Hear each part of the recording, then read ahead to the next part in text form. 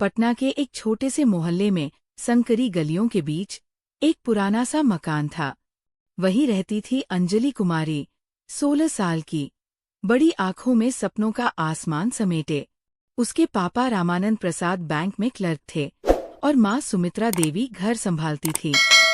घर में पैसे की तंगी थी, लेकिन किताबों और सपनों की कमी कभी नहीं रही। अंजलि के लिए पढ़ाई बस एक मजबूरी नहीं थी, बल्कि जुनून थी। स्कूल की टॉपर, वाद विवाद प्रतियोगिताओं में बाजी मारने वाली और खेलों में भी तेज। एक दिन 10वीं क्लास में स्कूल में पुलिस विभाग के एक अधिकारी मुख्य अतिथि बनकर आए। उनकी वर्दी, उनकी तेज चाल और आंखों की चमक देखकर अंजलि की दुनिया बदल गई।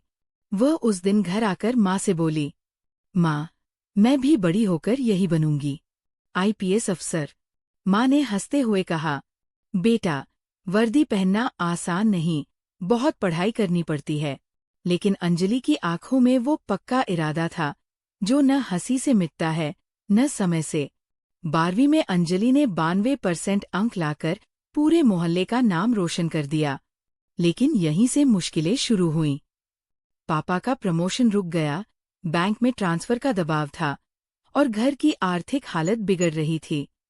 अंजलि ने पटना यूनिवर्सिटी में पॉलिटिकल साइंस में एडमिशन लिया, लेकिन साथ ही पार्ट टाइम ट्यूशन भी शुरू कर दी, ताकि किताबें खरीद सके। UPSC की तैयारी के लिए उसे एक अच्छे कोचिंग इंस्टीट्यूट की जरूरत थी, लेकिन फीस सुनकर पापा चुप हो गए। बेटा, हम तुम्हें पढ़ाना चाहते हैं, लेकिन... पापा का गला भर आया। अंजलि ने पापा का हाथ पकड़कर कहा, पापा, मुझे बस आपकी दुआ चाहिए, मैं अपने दम पर पढ़ाई करूंगी। वो सुबह 4 बजे उठकर पढ़ाई करती, फिर कॉलेज, फिर ट्यूशन और रात को वापस किताबें। लोग ताने मारते, लड़कियों का IPS में क्या काम, शादी कर लो, आराम से रहो। लेकिन अंजलि ने सुनना बंद कर दिया। पहला प्रयास असफल, दूसरा प्रयास, फिर असफल। मोहल्ले में फुसफुसाहटें शुरू हो गईं। देखा, इतना पढ़कर भी कुछ नहीं हुआ। दूसरी बार हारने के बाद अंजलि टूट गई। उसने माँ से कहा, शायद लोग सही कह रहे हैं माँ, ये सपना मेरे बस का नहीं। माँ ने उसके सिर पर हाथ रखा। बेटा, अगर तू हार मान लेगी तो तेरे जैसी और भी बेटियां अपने सपने छोड़ देंगी। तू सिर्फ अपने लिए नहीं, सबके लिए लड़। अंजलि ने खुद को फिर संभाला। उसने कोचिंग छोड़कर सेल्फ स्टडी पर भरोसा किया। YouTube से लेक्चर्स, पुराने साल के पेपर और लाइब्रेरी की धूल भरी किताबें उसका हथियार बन गई। वो रोज अपने कमरे की दीवार पर लिखती, मेरा सपना, मेरी लड़ाई, मेरी जीत। तीसरे प्रयास से पहले उसके पापा बीमार हो गए। अस्पताल और दवाइयों में पैसे खर्च होने लगे। अंजलि रात को अस्पताल में पापा के पास बैठकर पढ़ाई करती।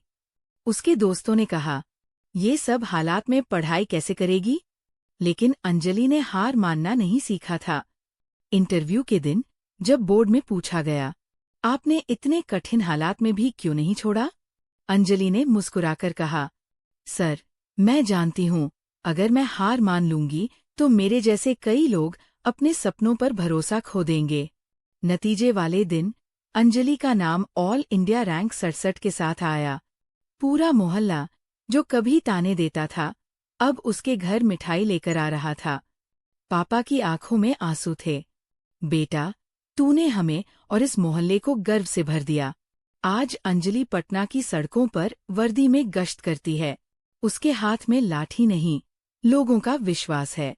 वो हमेशा कहती है, सपने देखना आसान है, उन्हें पूरा करना मुश्किल, लेकिन असंभव नहीं।